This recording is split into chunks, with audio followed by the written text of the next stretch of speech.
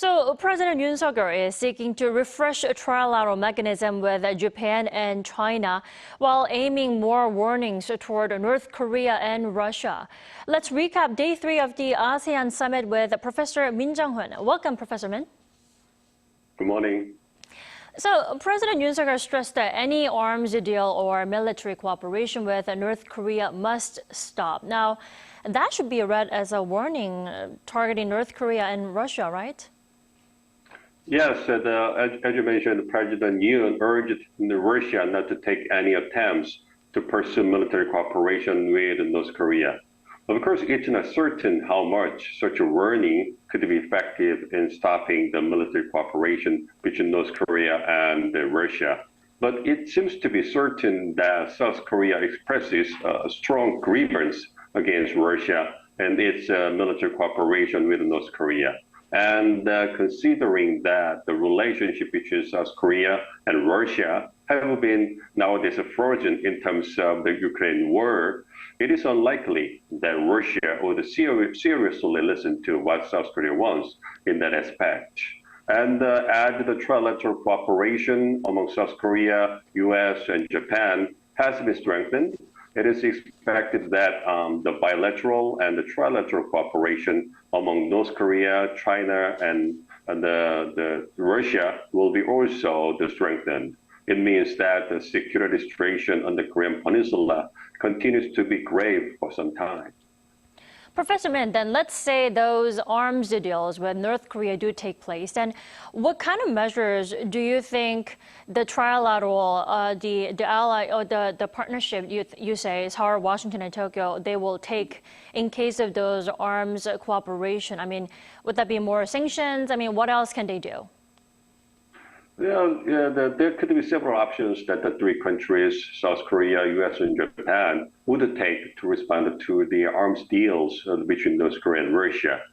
In my opinion, on the one hand, they are likely to strengthen their military cooperation to cope with the military movement or activities between North Korea and Russia. And then, on the other hand, it is expected that they will try to impose more sanctions against North Korea and Russia in the international community, like the United Nations Security Council sanctions. And each country will also try to put the more unilateral sanctions against them. Of course, it's not clear whether their attempts to put more sanctions at the United Nations would work, because as you know, Russia is one of the 5 permanent UN Security Council members. And meanwhile, it is likely that other major international community members, like many European countries and other democratic countries, will support the attempts. So I think that the measures that the 3 countries would take against North Korea and Russia would contribute to putting more sanctions and the limitations to the 2 countries. Right. When talking about reactions from the international community, we have to talk about China. You know, China's role and responsibility always being questioned. Can we actually expect China to play a mediating role when dealing with North Korea's threats this time? Well, personally, this time, I don't think that China would play a constructive or the mediating role in curbing the North Korea's military provocations. As you know, China faces various problems nowadays. It suffers from its domestic problems like real estate problems, lower economic growth, and higher unexpected unemployment rates among younger people. In addition, China has external problems like its border disputes with India, Japan's nuclear contaminated water release problem, and the territorial disputes over the South China Sea, and most importantly, its strategic competition with the United States.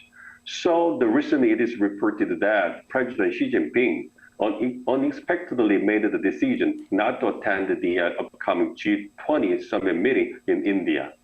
So taken together, it seems that President Xi needed to have some time to save his face in the international community. So I don't think that China has any strong and active intention to play a constructive role to cope with the North Korean threats and provocations. Instead, I think we needed to allow China to have some time before it comes back to the international stage.